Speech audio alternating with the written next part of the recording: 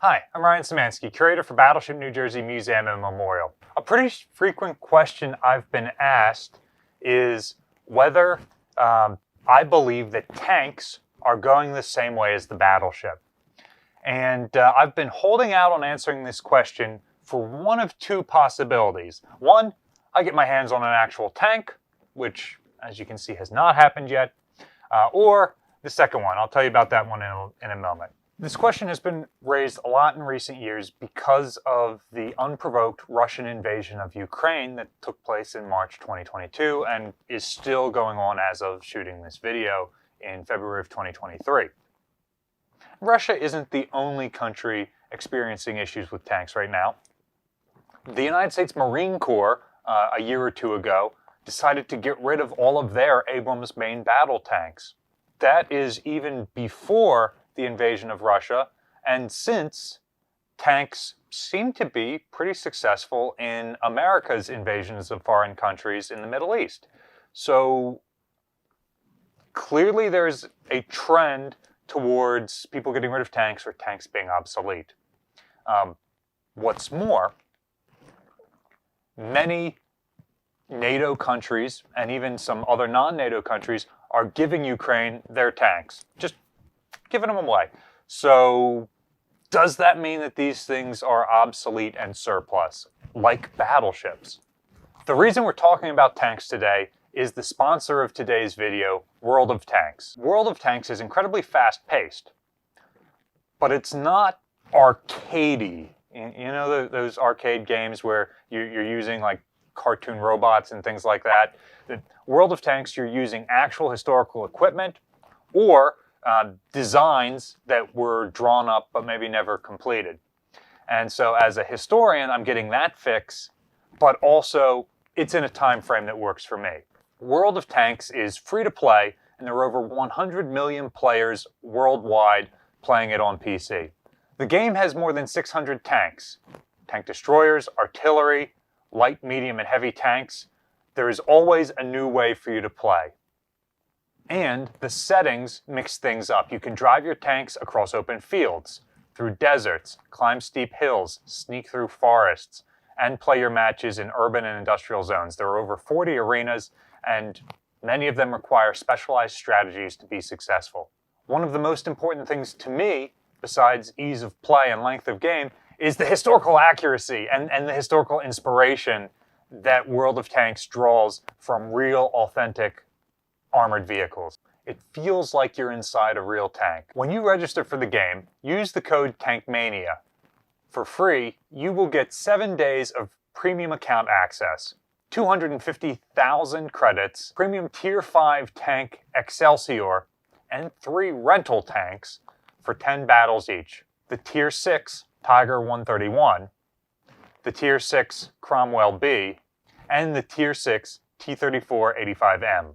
So, are tanks just something you play on video games, or do they have a place on the modern battlefield? One of the reasons that many Russian tanks have been destroyed in Ukraine is that the West is sending a ton of man-portable anti-tank rocket launchers that anyone with very low training can just go out in a field and they see a tank on the road, shoot a rocket into it, and you've damaged or disabled it. So you have now a very high-value military asset that can be easily countered by lightly armed, lightly trained, very cheap equipment.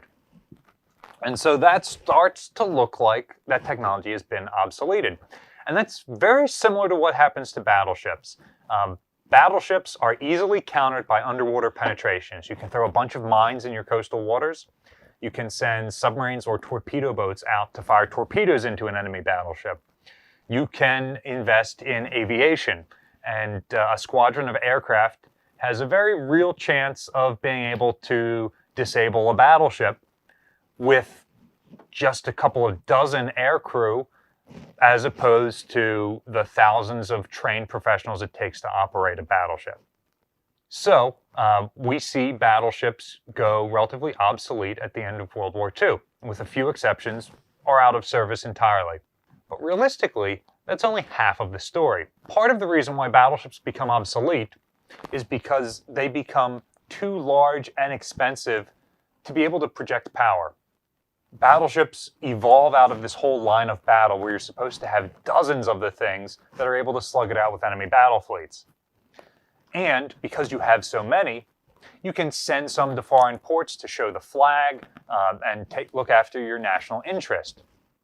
If something happens to some of these lone ships, it's no big deal because you still have this big battle line. Well, as battleships become larger and more expensive, by World War II, countries are not able to operate large battle lines anymore, and they're not able to commit their first-rate modern battleships to the front. So for example, Japan does not send their most modern battleships to the fighting around Guadalcanal. The United States only commits Washington and South Dakota when they have expended everything else they have in theater.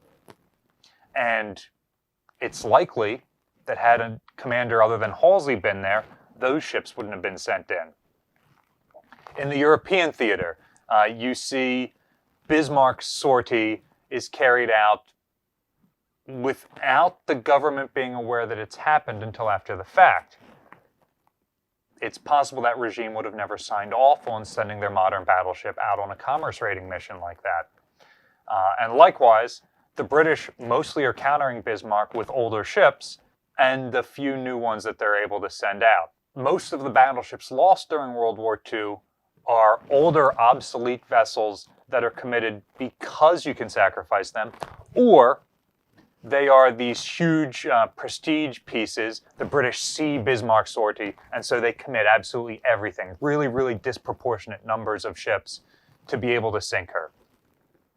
Or your modern ship is held in port, like the Italian battleships at Taranto or the battleship Tirpitz, and they're bombed and sunk, even though they're not committed to the fighting. They're held in relatively protected waters. So these things become so big and expensive that you cannot afford to lose one if you plan on winning the war. And honestly, tanks have not gotten there yet.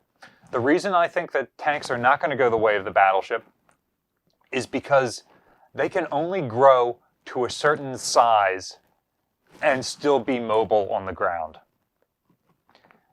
Because of buoyancy, battleships can continue to grow exponentially, and the larger they get, the more expensive they are, both to build and to maintain and operate. Tanks have stayed relatively the same size since the heavy tanks of the end of World War II. And so there isn't this huge race. Battleships keep getting larger because you want them to be faster. You've got less of them, so they need to be able to respond quicker. Well, all right, now you need a bigger engine, you need a longer ship, you need more armor to cover that. Battleships get bigger guns to be able to outdo other battleships. Well, if you've got bigger guns, now you need a bigger ship to hold them, and you need thicker armor. So you see this arms race of these different factors getting larger, and the only solution is to continue to make the whole ship larger, to the point that they're so gigantic that you can't build many of them. Tanks are still able to be built in large numbers that will have a decisive impact on the battlefield, even when some are destroyed. Tanks are incredibly vulnerable to aircraft. They're incredibly vulnerable to small infantry squads if they're unsupported. However, most modern countries' doctrines do not leave tanks unsupported. The Russian army went into Ukraine unprepared. They were not fully manned, and so they did not have squads of men out around their tanks. They didn't expect as much of a fight as they ended up getting.